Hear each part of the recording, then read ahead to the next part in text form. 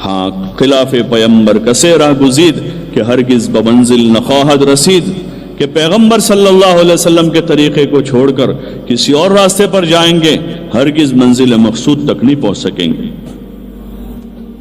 ہاں گھر جو ہے وہ سونے چاندی سے اور برتنوں سے اور لکڑے لوہے کے فرنیچروں سے گھر آباد نہیں ہوتے، اس کے چکر میں زیادہ نہ پڑیں۔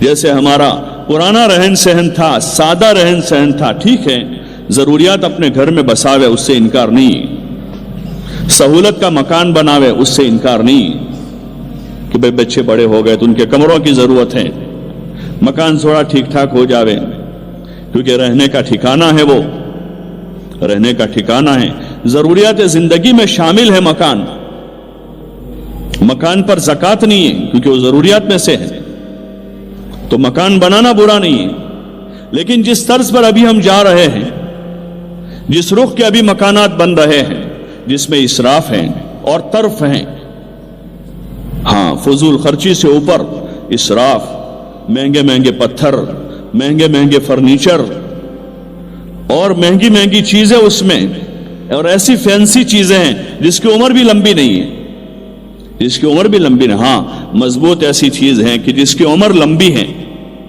اس کی مضبوطی کی وجہ سے اس کو ڈالا جا رہا ہے، تو وہ اچھی نیت ہے کہ بھئی مضبوط چیزیں لمبے وقت تک چلے وہ، باقی خالی شوشا کے واسطے عورتیں ٹائلز پسند کرنے جا رہی ہیں ٹائلز کی دکان پر، عورتیں سنمائک پسند کرنے جا رہی ہیں سنمائک کی دکان پر،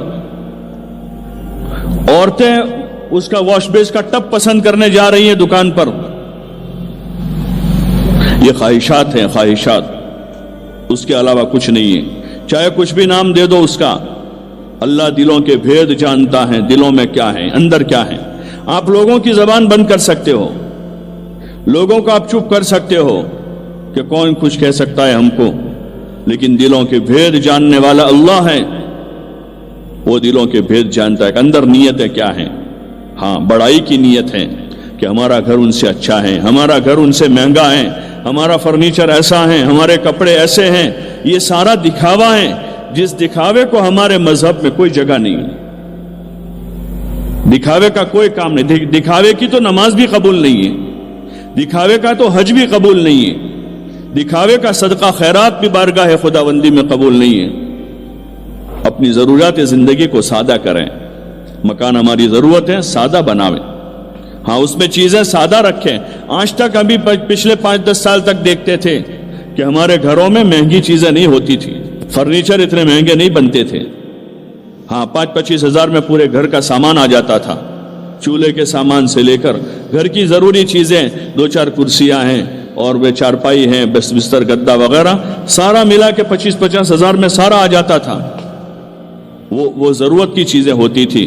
اس وقت جس رخ پر ہم جا رہے ہیں، ہاں جس رخ پر جا رہے ہیں ہم، یہ رخ ہمارے لیے خیر کی چیز نہیں، چاہے مکان بڑے بڑے نظر آ رہے ہوں اور چاہے گھروں میں بہت زیادہ اسباب نظر آ، لیکن یہ ہمیں راس نہیں آئے گا، یہ راس نہیں آئے گا ہمیں، یہ فساد کا ذریعہ ہے، یہ حسد کا ذریعہ ہے، یہ دلوں میں کینے کے پنپنے کا ذریعہ ہے، یہ آپس کی عداوتیں اور نفرتوں کے بڑھنے کا ذریعہ ہے۔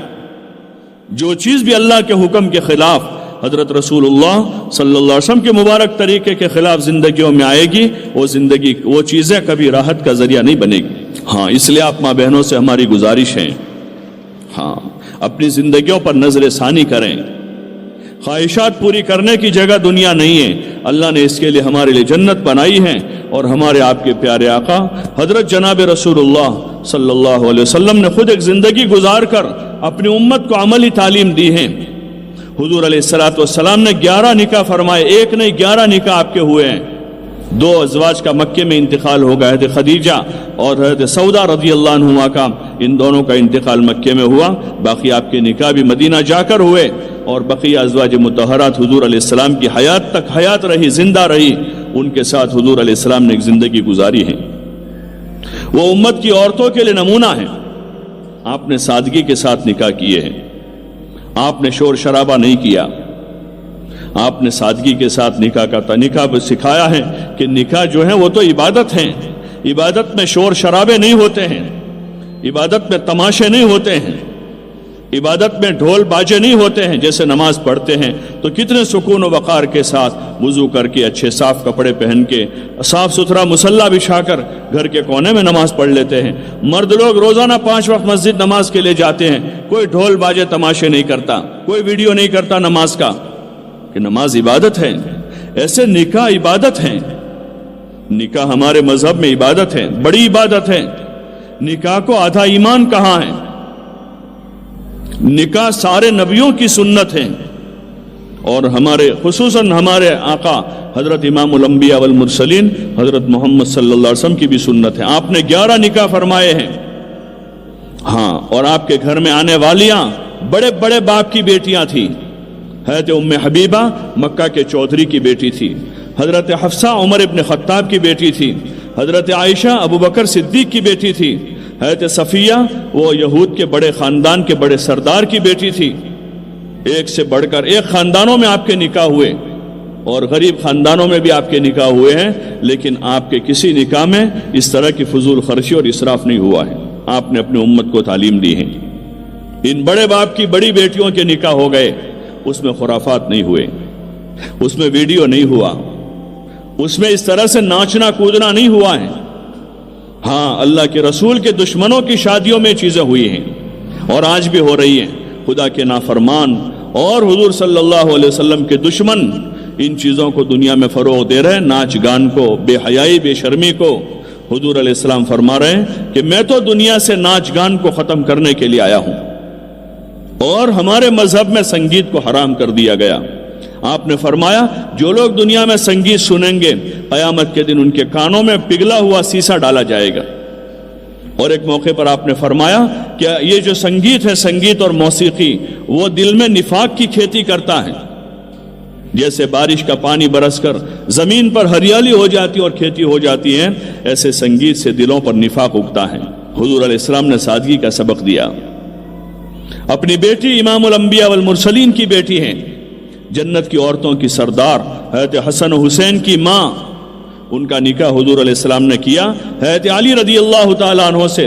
حضرت علی رضی اللہ عنہ فقیر آدمی تھے، ان کے پاس کچھ زیادہ مال دولت نہیں، اپنی شادی کے نکاح میں مہر دینے کی رقم نہیں تھی. حضرت علی رضی اللہ عنہ کے پاس حضور علیہ السلام نے ان کا ایمان اور ان کی دینداری دیکھ کر ان کو اپنی بیٹی دی. جنت کی عورتوں کی سردار کا نکاح حضرت علی رضی اللہ عنہ سے حضور علیہ السلام نے فرمایا. جمعہ کے دن جمعہ کی نماز کے بعد حضور علیہ السلام نے مسجد میں خطبہ پڑھا اور اپنی بیٹی جنت کی عورتوں کی سردار کا نکاح پڑھا دیا. اور چونکہ حضرت علی رضی اللہ عنہ بچپن سے حضور علیہ السلام کے پاس رہے تھے، حضور کے چچا جو تھے ابو طالب، حضرت علی کے والد، وہ قلاش آدمی تھے، فقیر آدمی تھے، ان کے پاس زیادہ خرچے کا انتظام نہیں ہوتا تھا، تو حضرت علی کو حضور نے اپنے پاس لے لیا تھا. اور ایک بھائی، ان کے بھائی جعفر تھے، ان کو کسی اور صحابی کے سپرد کیا تھا، تو ان کو اپنے پاس رکھ لیا. بچپن سے آپ کے پاس تھے. بچپن میں ہی حضور علیہ السلام کے ہاتھ پر اسلام قبول کیا، اور پھر ہجرت کر کے مدینہ منورہ گئے، اور وہاں بھی آپ کے ساتھ آپ کے پاس ہی رہے. تو حضور صلی اللہ علیہ وسلم نے نکاح کے بعد، چونکہ ان کے پاس کچھ سامان تو تھا نہیں، نہ ان کے پاس رہنے کو گھر تھا، نہ کوئی سامان تھا، تو حضور علیہ السلام نے ان کے لیے کمرے کا اور ان کے لیے بستر کا اور ایک چکی آٹا پیسنے کے لیے، چونکہ روزانہ گیہوں پیس کر وہاں روٹیاں بنتی تھی، تو ضرورت کا تھوڑا سا سامان دے دیا حضور صلی اللہ علیہ وسلم نے. جو سامان ضرورت کا اور گزارے کا تھا، وہ جہیز نہیں تھا، وہ جہیز نہیں تھا، وہ تو ضرورت کا سامان تھا. آج کل کا جہیز ایک لعنت بنا ہوا ہے، ماں باپ کے لیے مصیبت بنا ہوا ہے. حضور علیہ السلام نے ضرورت کا ان کو سامان دیا، اور خود حضور علیہ السلام رخصت کرنے کے لیے اپنی بیٹی کے گھر گئے. ایک دو عورتیں تھیں آپ کے ساتھ، اور اپنی بیٹی کو لے کر خود گئے اور اپنے داماد کے گھر، حضرت علی کے گھر، حضرت فاطمہ کو پہنچا دیا. اتنا آسان نکاح ہمارے دین میں ہے. یہ نکاح آسان ہے، اس کو آسان رکھیں. نکاح آسان ہوگا، زنا کی کسی کی ہمت نہیں ہوگی، زنا کو جگہ نہیں ملے گی. حضرت مولانا عمر صاحب رحمۃ اللہ علیہ فرماتے تھے کہ نکاح آسان ہوگا، سادہ ہوگا تو زنا مہنگا ہوگا، اور اگر نکاح مشکل ہوگا تو زنا سستا ہو جائے گا، آسان ہو جائے گا. ہاں، اپنے یہاں پرانی ایک چیز ہے کہ نکاح آسان ہے. عمر ہوتے ہی لڑکے لڑکیوں کے نکاح ہو جاتے ہیں. اگر یہ خرافات بڑھائے گئے جیسے دیگر اقوام میں ہیں کہ نکاح میں لاکھوں روپے کے خرچے ہیں، جہیز کے نام پر اور دعوتوں کے نام پر اور زیور کے نام پر اور دیگر خرچے ہیں، تو وہاں ایسے نکاح مشکل بنے ہوئے ہیں کہ بیٹیاں بوجھ بنی ہوئی ہیں۔ ہاں، لوگ خودکشی کر لیتے ہیں، خودکشیاں کرتے ہیں ماں باپ، بیٹیوں کا بوجھ نہیں سہا جاتا ان سے کہ اتنے مشکل نکاح کیسے کریں گے۔ اللہ کا فضل ہمارے یہاں ہے کہ پہلے سے نکاح سادہ چلا آ رہا ہے۔ ابھی تک 1000 روپے کی مہر چل رہی تھی کچھ سالوں تک۔ علماء نے جب چاندی کی قیمت بڑھ گئی تو لوگوں سے